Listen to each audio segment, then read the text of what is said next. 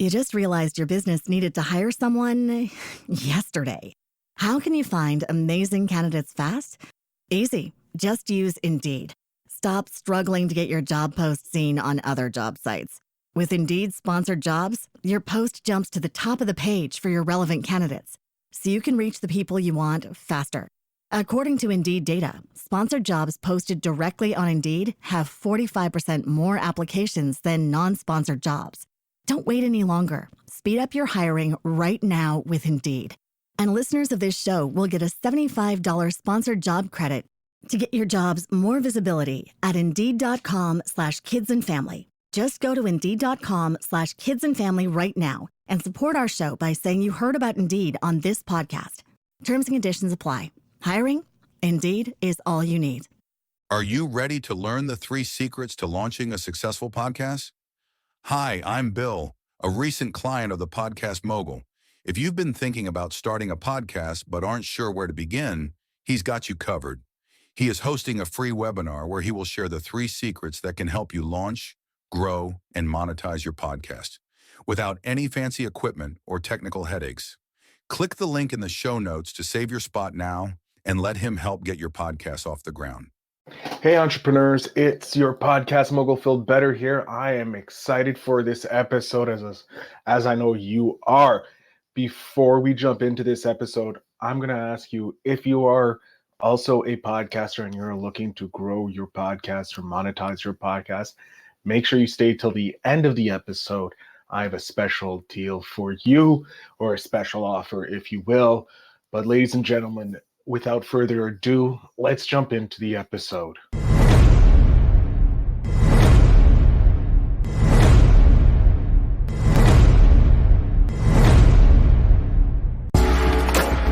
Welcome to Invest in Yourself, the Digital Entrepreneur Podcast. Join the Podcast Mogul Phil Better as he interviews successful entrepreneurs that make their living in the digital world. Now, let's join your host, Phil Better, and his special guest today on Invest in Yourself, the Digital Entrepreneur Ladies Podcast. and gentlemen, welcome back to Invest in Yourself, the Digital Entrepreneur Podcast. I'm, of course, Phil Better. That voice you heard before is my guest, Joseph. I'm sorry, I forgot to ask you how to pronounce your last name, and I should have done that before. No worries. So it's Iannicelli. So if you pretend the I is a Y, you cannot. Iannicelli. Iannicelli, an amazing entrepreneur who's transferred from a world that's corporate to the freedom that is the entrepreneur world. He does so much, and he runs Play to Win Inc. So Joseph, thank you so much for being here. Thank you so much for having me, Phil. I really appreciate the opportunity to talk to you and your whole audience. Awesome. So Joseph, you started in the 9-to-5 world, in the insurance world, correct? Yeah, I'm not sure if I would say 9 to 5. I'd say maybe 7 to 9. I was in sales for a while, and then I was CEO, as you know, of Standard Life. So yeah, but we can say 9 to 5. Let's say the corporate world. The corporate world. Yeah, you were from the corporate world. You were, as you said, you were the CEO of Standard Life, a huge organization in its own right. What made you decide to transfer into the world of entrepreneurship? Well, that's a really good question. I'll tell you if I can back up a little bit. So Sure. I was CEO of Standard Life for 7 years, and it was a listed company, so it was listed on the London Stock Exchange on the FTSE. And I believe that type of job is if you have a 7 to 10 year run, that's a good stretch. So I had reached the 7-year point, and we had done quite well. We had grown. We had I think 2,300 employees.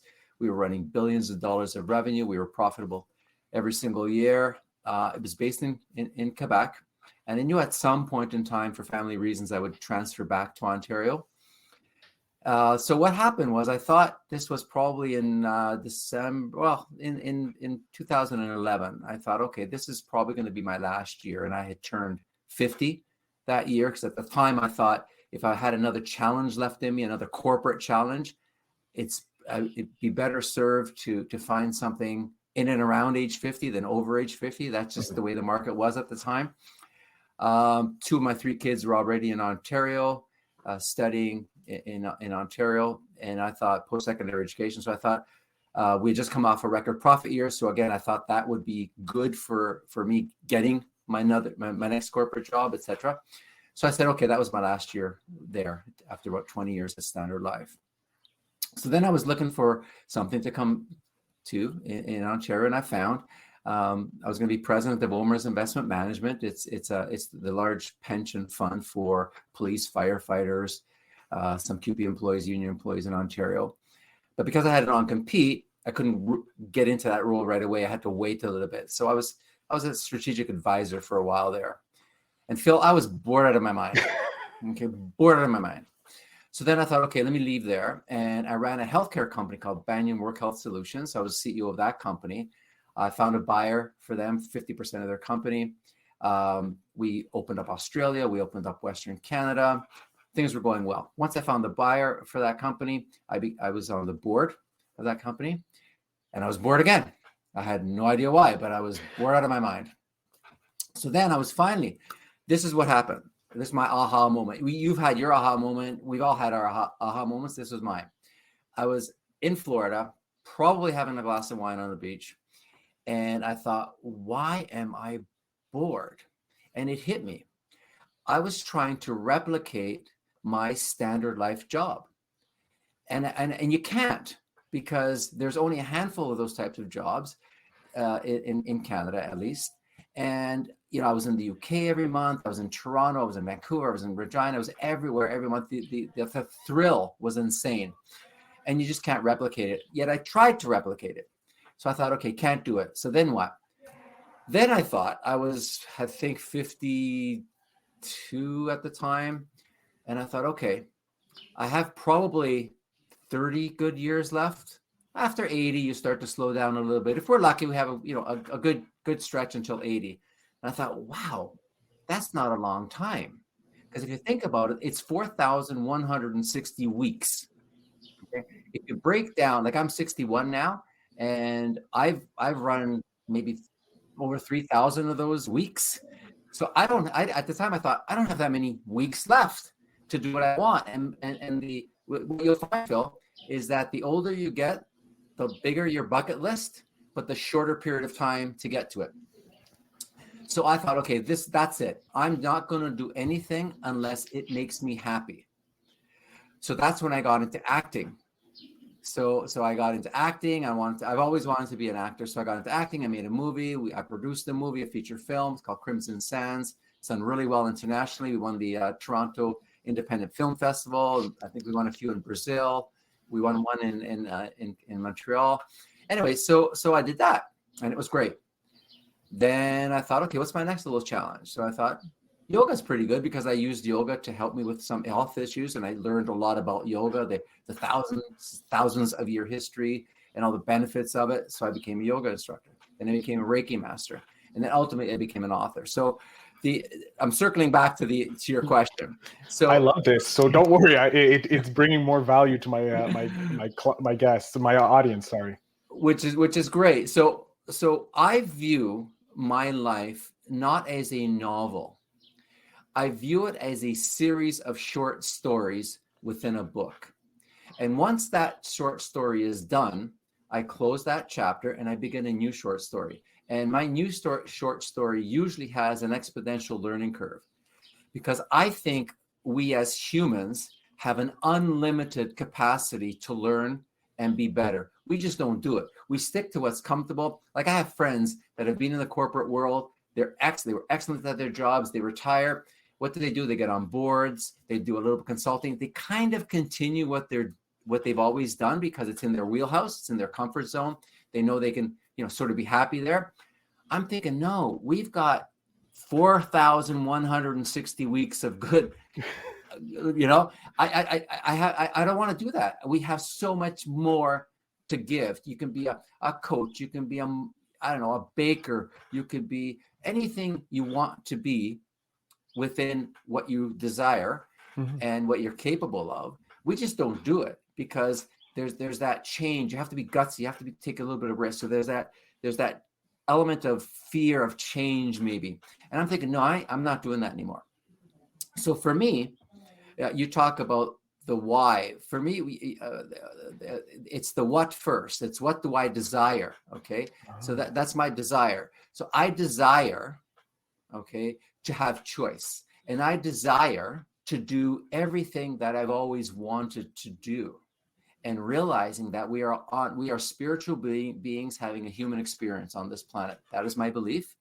So why not make that the best possible experience that it can be? Who knows what's happening after that? But while we're here, you have to be your best always. That's why I wrote the book, Unleash Your Best Self. So we can teach people to become their best selves, not just the best podcasters, not just the best entrepreneurs, but the best husbands, the best wives, the best the nephews, the best coaches, the best teachers, the best everything. There's no point in you, Phil, being an outstanding podcaster, and this is not you for sure, but if you're a nightmare to live with your partner, right? There's no point. You have to be the best always at everything. So that was my desire. And my what or my why is because I wanted to have all those choices. So my motivation to do that was to get to a place where when it's all said and done, that I can look back and say, you know, I don't have very many regrets. I always did the best that I can. And I became the best person, overall human being, which includes the best CEO, which includes the best husband, the best father, et cetera, maybe the best podcaster. So I have no regrets, and all my decisions have been defensible. So that's why I'm here. So why I wrote the book, which is sort of the next chapter, figuratively speaking, is because I do a lot of executive coaching and coaching for anywhere from, executive coaches to CEOs to kids coming out of school that are not quite sure what they want to do with their careers. They're not sure, what strengths they have, where they want to go. They're influenced by their parents, they're influenced, social peer pressure, etc. I try to get them to a place where, what do you want to do? What are you good at? Let's choose a career. Let's help you find a career. So I do a lot of that kind of coaching. And all of them said, you got to write some of this stuff down because I won't remember. You got to write something. So they kept telling me to write stuff down. So one day, this was a COVID book. One day during COVID, it allowed, and I think there's a reason for everything. There's no coincidences in this world. COVID happened for a reason. Just ask nature. Humans were the only people who suffered during COVID. Nature thrived during COVID. You know why? Because we left nature alone. Yep. Humans left nature alone. Everything thrived, which tells us something, right? So it was a COVID book. If that didn't happen, COVID didn't happen, I wouldn't have written the book because I probably wouldn't have thought about sitting down, having the time to sit down and put together my thoughts. So my book now, my purpose in life now, I believe, and I've come sort of full circle in my career. Like I've had a ton of people help me. I've had a ton of people, help me get to where I am. It's my turn to a larger degree, not just one-on-ones, but if I can actually write a book that can help people to think about how they can be their best selves. And I don't have the right to tell anybody what to do. I can't tell you, these are the 7 steps or these are the 3 things that you need. I don't have that right because every person is different. I believe that. But what I do have a responsibility, I believe, as a human being, is to try to get people to understand that being at 100% capacity at all times, okay, to the best of your abilities. You're not going to be at 100% optimal performance at all times because sometimes you're just not. But if you give 100% effort at all times, you're going to be your best. And then you're going to achieve anything that you want to the degree that you want, as long as you focus on that. And that's really why I kind of am here today. That was great. I do want to talk about your book because this podcast is a COVID podcast, if you will, because I started because I didn't know how to be an entrepreneur. I didn't have the understanding as it was. And looking back, I realized I did. I just didn't recognize it. But where did the name come from? Like, what else went into making this book? I know you mentioned you had your clients or your mentees mentioned that you should write these down. What format? How did you come up with the format? How did you come up with like the idea behind the book? Well, to be frank, I'm not creative. I have such respect for people who write books, like tremendous amount of respect, especially fiction, because they have to create things that do not exist. So they're you have characters and they develop characters and there's plot lines, and there's multiple plot lines and there's background. I didn't do any of that. I just literally verbally spilled on a page what my experiences were. That's how I started. I just jotted down stories from mostly Standard Life or my personal life. I just jotted, okay, this is what happened when I had my first board meeting. And this was the anxiety. And this is what someone said to calm me down. So he was my multiplier effect at that particular time. Or the time I hired someone in a VP job, but they thought they had no business taking that VP job. They weren't qualified to, but I knew there was something telling me that person could succeed. So I made sure that they A, took the job, and B, that they did not fail in that job. So I just kept writing these stories down, like, a paragraph here, a paragraph there. And then I ended up with maybe 20 or 30 pages. And then I just started to talk, okay, which ones kind of go together? And I did that. And then I started to expand each one. So each paragraph became, a few pages maybe.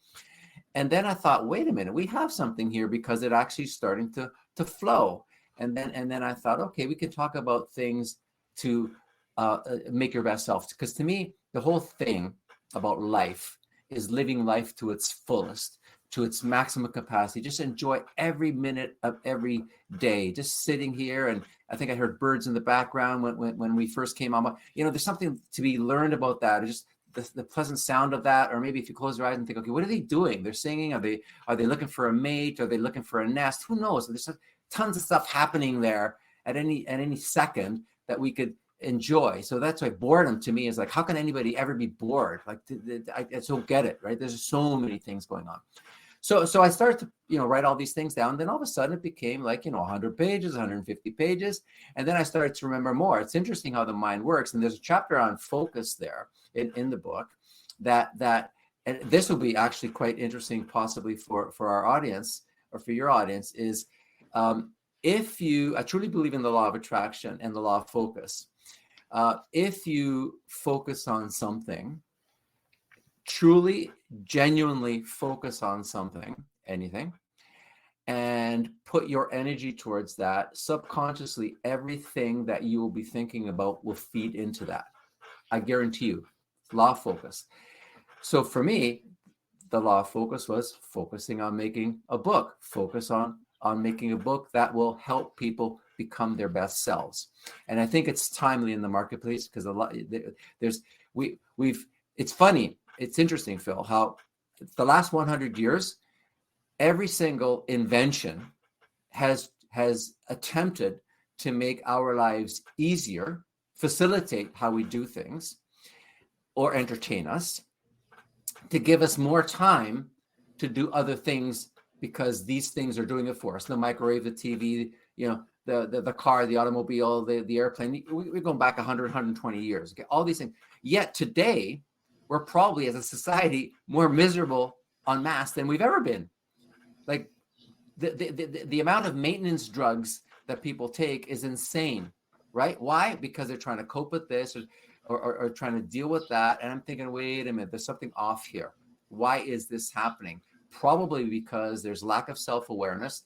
There's lack of understanding that we as human beings have so much to give. And if we focus on what we want to do, being a podcaster as an example, let's take that as an example. If I want to be a really, really good podcaster, I would have to think of what are the multiplier effects that would make me a good podcaster. And I know nothing about podcasting, Phil. Let me just state that right now. I know nothing. Okay. So what would I do? I'd gather information, I guess. I'd maybe listen to you. I'd listen to other podcasters. I'd maybe, YouTube something, how to become a podcaster, what equipment I would need, et cetera, et cetera. So I would get all that stuff, and I would begin to focus on, okay, how to be a good podcaster. And once you get the basics right, then you start to focus on, okay, well, do I have something that might be interesting for people to listen to? I know what's interesting to me. Do I have something that's interesting for others to listen to? What can that possibly be? So for me, going back to the book, it was getting people to understand and focus on what they want to do, make the proper decisions to get to where they want to go, and they will always do that. I get asked often, Phil, what is karma?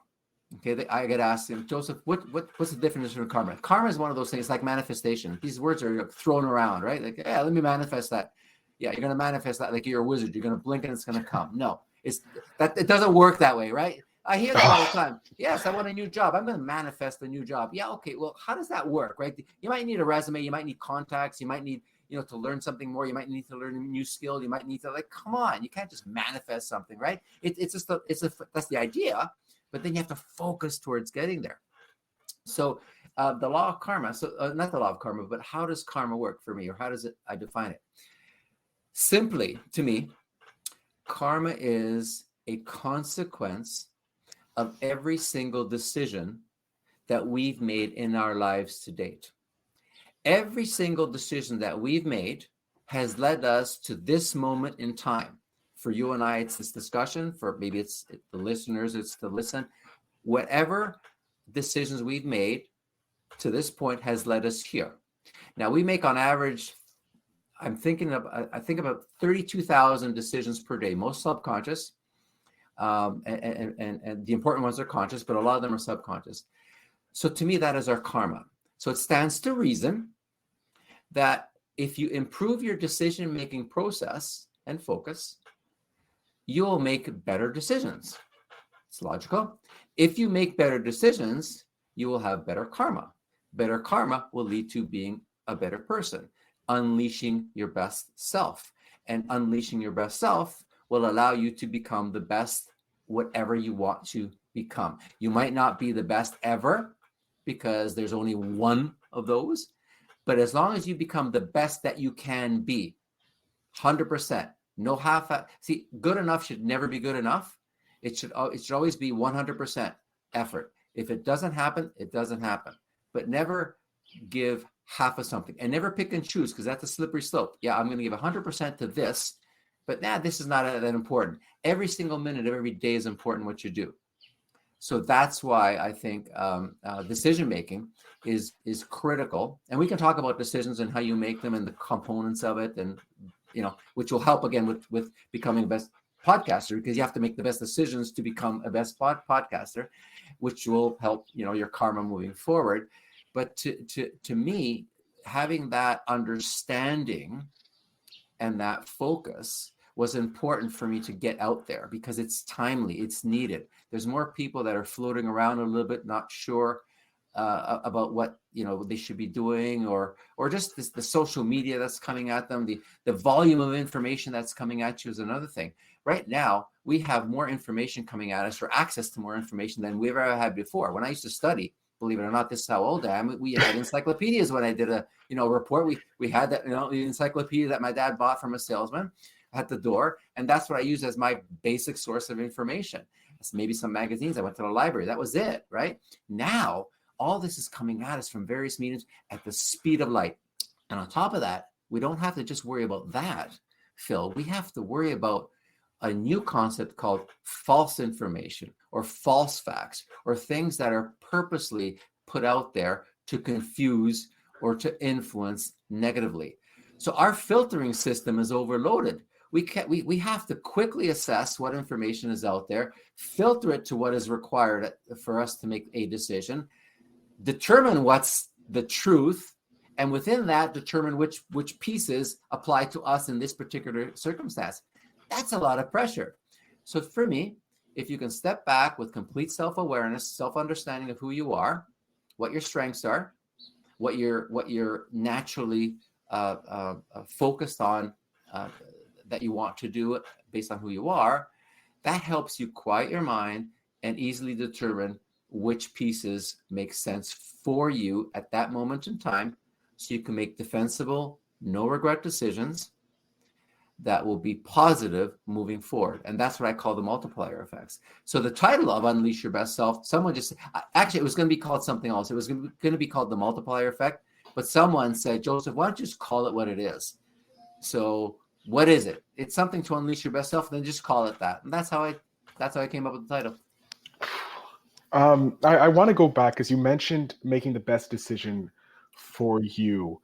And you being the individual who's listening or making the choice, could you maybe provide some tips for people, maybe one or two tips that can help them move into making the right decision for them? Yeah, see, I don't have that right. Okay? But I think I know where you're going. Okay, you want to finish your Well, I know you don't have the right, and I don't want you to dictate how someone has to make the right choice, but maybe provide some guidance on how they can use what they know to make the right decision. That's probably a better use of the wording I should have used. No, that's perfect. Okay, so I believe that every single one of us has a similar decision-making process. Okay, so if you think about it, when we make a decision, we're thinking about, okay, what do I make a decision? What do I need? First, you look at facts. You gather your facts. You determine, okay, what facts are here to help me make that decision.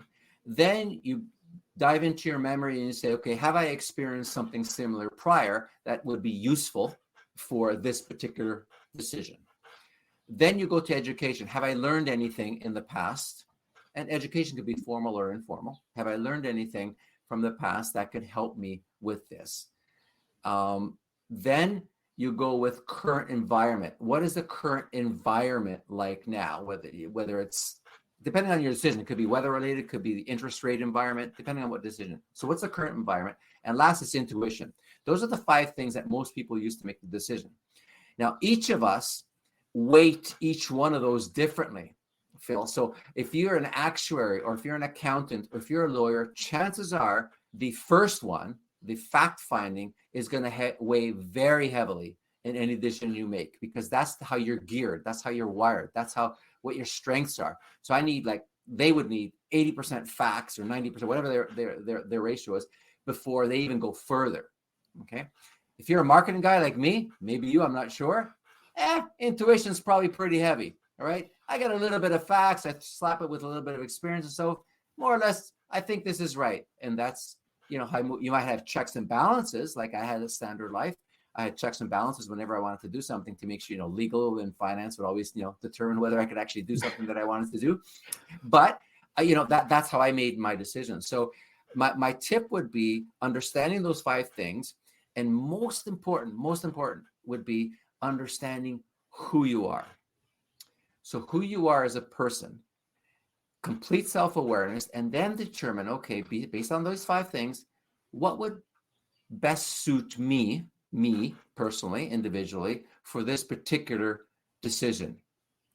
And then take all those elements, filter them through, meditate on it, because I always meditate on, especially my big decisions, I always meditate on them. Some people just take, I'll sleep overnight and then in the morning. That's a form of meditation. It's like a pause with a quiet mind to make sure that your decision is right, and then make the decisions. I think that would be one of the biggest tips that I can give to people, because then when you're doing that and you go with your intuition, you said, okay, I'm going to make a decision. So let's say you've gone through that process and you've made your decision.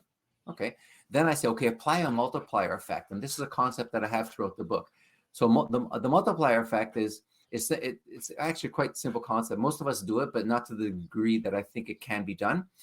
So at any given moment, at any given time, there are things that you can do literally within any moment, at any given time, that would make that particular experience better. As an example, there are big ones like education. If you get an education, that would make your experience of earnings power and financial independence. That would be a multiplier effect for you. Having a mentor, having someone, a supporter, or having someone who looks out for you in your job. Okay, that would be a big multiplier effect for you. Someone who gives you a tip as to, okay, this job opening is there, I want you to apply for it, I put in a good word for you. That would be a big multiplier effect for you, because it will affect so many things moving forward if you get that job, as this particular example. Then there's smaller things, like I'm going outside and prune the rose bush. What type of pruners do I use? A really good, sharp set of pruners for roses in particular will enhance that experience. You and I are sitting here. What can make this experience better? Maybe better headphones, maybe better lighting, maybe better microphone, maybe better seating position. Maybe if I'm sitting up straight, I have a straighter spine, more air in my lungs, I can speak more clearly. Maybe speaking slower would be, I don't know what they are, but there's a million of them. So apply whatever multiplier effect could enhance that decision, and then you will make no regret, defensible decisions all the time. They might not turn out perfect, but you can never say it wasn't the right thing to do. That is the best guidance I think I have gotten that I can apply directly to my life right now. So, Joseph, thank you very much for that. That's helped me a lot, and I'm looking forward to implementing it into my life because I know it's going to help me make. Because I feel that sometimes I always try and push for that perfect decision that's always going to work out. Whereas what you just said is it may not be a perfect decision, but it's a regret-free decision because you went with what you knew. So, thank you very much for enlightening me with that knowledge. We are coming to the end, which I'm regretting that this wasn't a longer episode because I'm enjoying talking and hearing you speak. So we're definitely going to have you come back on the podcast for sure. That's 100% certain, Joseph. But we are going to get the spark question because I think this is going to be very illuminating coming from you. So to my audience, if you're tuning in for the first time, Spark is by Seek Discomfort, an amazing YouTube channel that I highly suggest you check out. They believe in strangers are just friends you haven't met yet. So let's spark the conversation. And what advice would you give to someone who is currently struggling? Oh, okay. That's such an open question because struggling is relative, right? You can be struggling financially, you'd be struggling in a relationship, you could be struggling getting out of your car. Let's look so let's put it in the context of struggling with the decision on whether or not to choose another job or go and blaze their own path. They're struggling with that decision. How can we help them in that regard? Fantastic question. Let me just ask you, how much time do I have? You have at least another 30 minutes, so we're good before my next interview. Okay. You have time, so no worries. This is great. Okay, so I do this all the time. This is a great question. It's like it was supposed to happen. Okay, so I coach a lot of people in a sort of midlife career crisis. Like I've gotten this far, and this is what I'm doing. I'm not sure if I'm happy anymore. Okay, and I'm not sure if this is what I should be doing. And I also coach people who are trying to determine what career is best for them at the beginning of their life, or the work life cycle. So what I do with them is I sit them down and I said, okay, I'm just going to ask you a few questions. We're going to have a discussion here, like you and I are having. And I say, okay, tell me what you love to do. Tell me what you love to do. Write it down. Tell me what you don't like to do. Tell me what you are passionate about. Tell me what you don't like. Tell me what you hate. Tell me what you despise. Tell me what you would be doing 24 hours a day if you could. And I ask a series of these questions, and actually they're in the book, actually. That's really interesting. So I ask a series of these questions to get to a couple of things. One, what are they absolutely passionate about? And it could be something as broad as people. I'm passionate about helping people. Okay, that's great. I really hate numbers. I can't stand being in crowds. I can't. So I do this broad. I can't stand cooking. It could be anything. I said, don't limit it to anything related to work. Anything and everything that you love, hate, like, not so much. What are your strengths? What are you really, really good at? What are you absolutely horrible at, but love to do? Like I get to that level of detail, granular detail.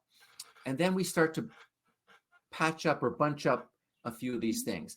And then from there, what comes to the surface is things that they're absolutely passionate about and things that they absolutely despise. And then things that, it's okay if it's there. If it's not there, it doesn't make any difference to me.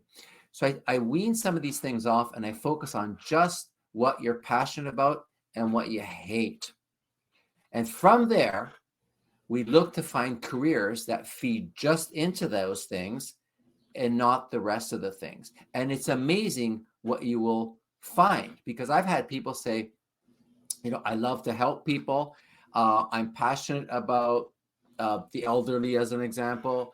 I love law, and I don't like conflict, I'm thinking maybe you should think about being either a paralegal or a lawyer doing wills. I don't know.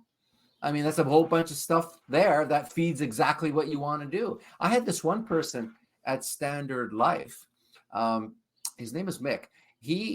I met him at Golf Town. He sold me golf clubs when I went to Standard Life, and he was just a part-time guy there. He didn't know I was president at the time. And he gave me the best service ever, like incredible service. So to the point where I didn't go there to buy anything unless he was working. I got clubs for my whole family. Then one day I said, like, Mick, like, what are you doing here? Like, you should, no disrespect, but you should. He said, I've just graduated McGill. I'm looking for a job. I said, give me a resume.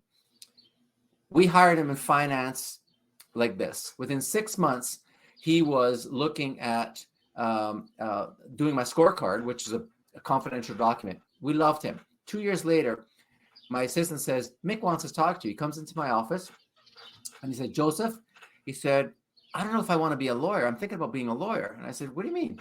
He said, well, it's kind of in the family. I think his dad is a lawyer or his mom.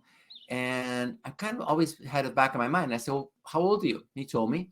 And I said, Phil, Mick, we love you. You got to go. You got to go. And he went to Université de Montréal. He's trilingual. Found his wife there. They have 2 kids there. Became a lawyer at Osler, doing incredibly well. A few years later, I'm in Toronto. He said he's going to visit his sister. I think it's in Burlington. He comes here and he says, I want to talk to you. And I said, sure. And he said, we sat down at a coffee shop and he said, I don't know if I want to be a partner. I said, what do you mean? Wasn't that the plan? Like this? He said, no, I learn more. I don't want that life. I said, okay, let's step back. Okay. What do you love to do? And we went through these series of questions, right? He loves law. He just loves law. Okay. He loves sports. He played high level hockey. He loves sports. He's trilingual. We kept talking, and I said, have you ever thought of being a sports agent? You could apply your law degree. You could apply what you love, sports. One of the things that you love, sports. You're trilingual. You can probably get some, kids in whether it's Quebec or overseas, or just, you can probably, do that so that, you got that going for you. And he said, yeah, I never thought of that. And I said, well, because we have to step back and think of all of the things that you're really passionate about and determine where's the fit. So the advice that I would give to anybody out there, whether if you're going to be an entrepreneur, if you're going to be a podcaster, that's fantastic. Or if you're going to do something else, sit back. Don't do it for the money. Okay. That's one of the biggest things I have to, don't do it for the money, because if you do it for the money, okay, you're going to forfeit the process that will get you the money that you want long-term. If I want a vegetable garden, I'm a gardener. If I want a vegetable garden, I do not worry about the tomato. I don't even think I want tomato. You know what I worry about? I worry about soil, water, sunshine, fertilizer. Phil, tomato will come. Okay. So if I want to be X, I worry about all of the different things to get to X. X will come. So don't leapfrog the process. If you want to be an incredibly rich person as a podcaster, don't think about the money. Think about being the absolute best podcaster that you can be, and do all the research, the decision making, find that niche that works for you, find the market. And no matter how glutted the market is, don't ever be afraid. No matter how glutted the market is, there's always room for good people and good companies. So don't think, oh, there's so much competition out there, I'll never make it. Not true. Okay. There's always room for good people and good companies. You just need to find what suits you to your strengths that you're passionate about. So even when you're not in front of a camera, you're just thinking all the time about, okay, how can I make this better? How can I make this better? How can I make this better? And your subconscious will feed into that. And anything that you do, you're going to be, walking in the store. If I wear that shirt, it'll be really cool on camera. Or if I don't wear this watch because people are looking at it. Hey, digital entrepreneurs, thank you so much for listening to this episode. I hope you guys have enjoyed it. Now, if you're looking to take your podcast to the next level, like most of these entrepreneurs, money will come business to the next level, to scale it, if you will, make sure you check out my brand new newsletter. Links are down below. It is called the Monetization Mogul Syndicate newsletter, or it could be Phil Better stories of monetization. Moguls and making moguls is what I do. So make sure you go ahead and check that out. But I want to thank you very much for listening. And as always, being done. So yeah, there are billions of jobs out there. There's a job for every person, I believe, out there, or a company for every person. So Joseph, I can't thank you enough for coming on. I'm going to jump off screen. I'm going to leave you a chance to let my audience know where they can connect with you if they want to talk with you, get your book or anything like that. Sir, the floor is yours. Oh, wow. Thank you so much. I appreciate that. So yes, if you want to buy my book, it's on Amazon.ca. It's called Unleash Your Best Self. You can just order it and it'll come to you. If you want to speak to me directly, it'd be my pleasure to talk about anything. Actually, if you want to help answer a question, if you want me to help you with something, or you just want to just chat about anything, I can be reached at Instagram, and it's Unleash Your Best Self, the book, or just Body by Yoga. I have a company where I'm a yoga instructor. So my company for yoga is called Body by Yoga. You can Instagram me there. Facebook, Joseph Iannicelli, or Unleash Your Best Self, the book, or Body by Yoga. I'm also on LinkedIn, Joseph Iannicelli. You can hook up with me there as well. So those are the multiple avenues that you can find me if you wish. Amazing. Joseph, again, thank you so much for being on the show today. I can't thank you enough for sharing your wisdom with my audience and providing a practical tip for myself that I can start taking into my daily life. So thank you so much for that. It's been an absolute pleasure, and be well, stay safe to everyone out there.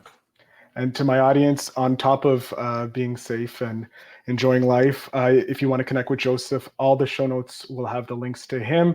And always remember to invest in yourself. Thanks for tuning in. Now it's time to take the next step. When you're ready to dive deeper into how to launch, grow, and monetize your podcast, Phil's got something special for you. Join him for a free webinar where he'll reveal the 3 secrets that have helped countless entrepreneurs succeed in podcasting. Click the link in the show notes to save your spot, and let's turn your podcasting dreams into reality. You just realized your business needed to hire someone yesterday. How can you find amazing candidates fast? Easy. Just use Indeed. Stop struggling to get your job post seen on other job sites. With Indeed sponsored jobs, your post jumps to the top of the page for your relevant candidates, so you can reach the people you want faster. According to Indeed data, sponsored jobs posted directly on Indeed have 45% more applications than non-sponsored jobs. Don't wait any longer. Speed up your hiring right now with Indeed. And listeners of this show will get a $75 sponsored job credit to get your jobs more visibility at Indeed.com/kidsandfamily. Just go to Indeed.com/kidsandfamily right now and support our show by saying you heard about Indeed on this podcast. Terms and conditions apply. Hiring? Indeed is all you need.